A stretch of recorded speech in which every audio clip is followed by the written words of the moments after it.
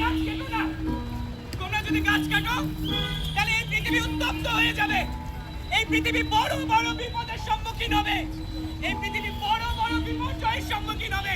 আমরা যে চারপাশে প্রত্যেকদিন দৈনন্দিন আমরা পলিথিনগুলো ব্যবহার করি, সেই পলিথিনের কারণে আমাদের আবহাওয়ার উপর, আমাদের পরিবেশের উপর যে প্রভাবগুলো পড়ছে সেগুলো থেকে রক্ষা পাওয়ার জন্য এবং আমাদের পৃথিবীকে রক্ষা করার জন্য আমরা মানুষকে সচেতন করার জন্য এই ফ্ল্যাশ মুভ করতেছি, কারণ মানুষ যেন পলিথিন একটু কম ব্যবহার করে, এই জন্য এই ফ্ল্যাশ মুভ করা হচ্ছে।